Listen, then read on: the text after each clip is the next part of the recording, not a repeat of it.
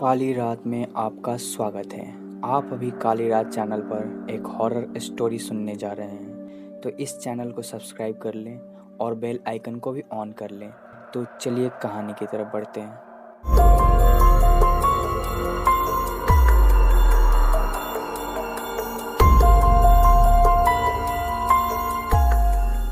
आज मैं आपको एक डरावनी और सच्ची घटना सुनाने जा रहा हूँ। मेरा नाम दीपक है।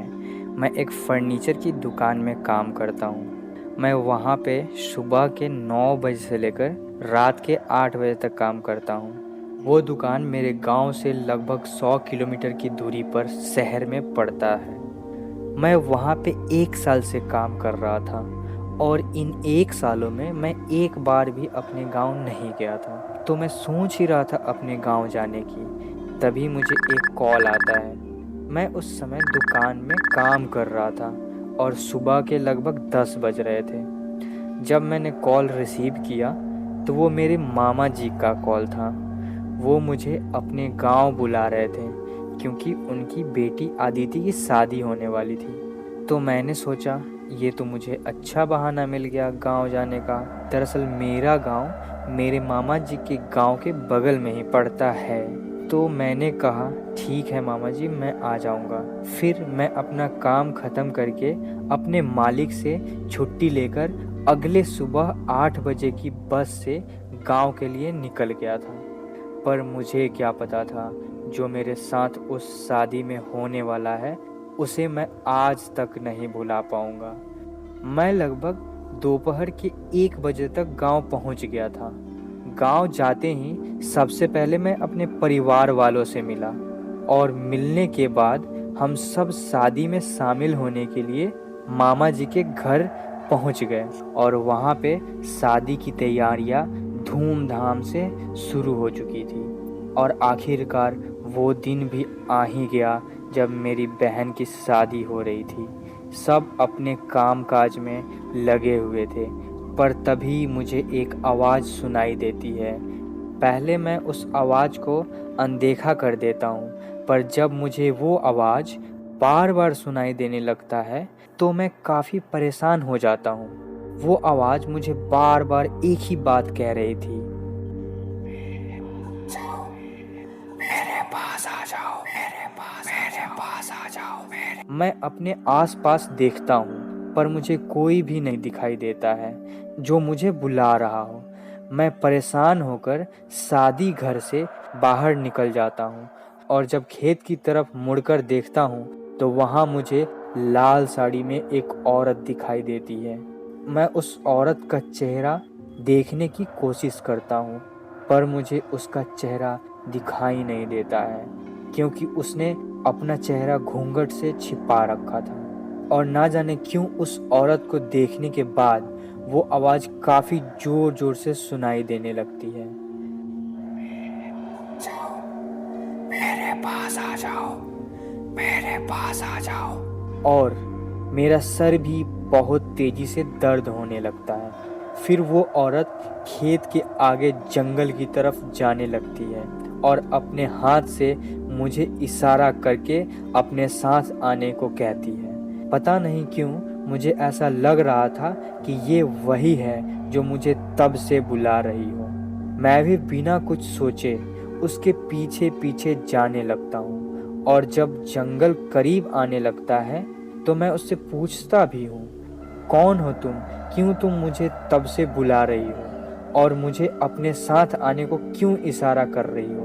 मेरे इतना कहते ही वो आवाज़ आनी बंद हो जाती है और वो औरत रुक जाती है और एक डरावनी आवाज़ में हंसते हुए मेरी तरफ मुड़कर मुझे घूरने लगती है और कहती है, और चुपचाप मेरे साथ चलो, मेरे पास आ जाओ और चुपचाप मेरे साथ चलो। मैं ये सब सुनकर काफ़ी ज़्यादा घबरा जाता हूँ, पर तभी अचानक से उसका घूंघट उसके चेहरे पर से हट जाता है और उसका चेहरा देखने में पूरी तरह से सूख गया था, मानो उसके शरीर में खून की एक बूंद भी ना हो। उसका पूरा शरीर सफ़ेद पड़ चुका था और उसके चेहरे पे कई सारे कटे हुए निशान थे। मैं इतना सब देखकर बहुत ही ज़्यादा डर जाता हूँ। मैं उस वक्त जान गया था कि मैं किसी मुसीबत में पड़ चुका हूँ। मैं ज़ोर से चिल्लाते हुए वहाँ से भागता हूँ, पर तभी वो डायन मेरे पीठ पर एक काफ़ी भारी पत्थर फेंक देती है और मैं वहीं ज़मीन पर गिर जाता हूँ। मुझे बहुत ही ज़्यादा दर्द होने लगता है और गिरने की वजह से खून भी बहने लगता है। मैंने उठकर भागने की बहुत कोशिश की, पर भाग नहीं पा रहा था। मानो जैसे मेरा शरीर कोई बहुत जोर से जकड़ रखा हो। और तभी वो डायन मेरी इस लाचारी को देखकर हंसते हुए धीरे धीरे मेरे पास आकर मेरा पैर पकड़ के मुझे घसीटते हुए जंगल के काफी अंदर ले जाकर एक बरगद के पेड़ के नीचे पटक देती है और डरावनी आवाज में चिल्लाकर कहती है, आज तुम्हें मेरे हाथों से कोई नहीं बचा सकता है। इतना कहते ही वो डायन मेरा गला पकड़कर अपने बड़े बड़े नाखून मेरे गले के अंदर धीरे धीरे घुसाने लगती है। मैं जान गया था कि अब मेरी मौत होने वाली है, पर तभी मुझे मेरे पास किसी के आने की आहट सुनाई देती है और झाड़ियों में से अचानक से एक अघोरी बाबा आकर कहता है, छोड़ दो इसे वरना इसका अंजाम बहुत बुरा होगा।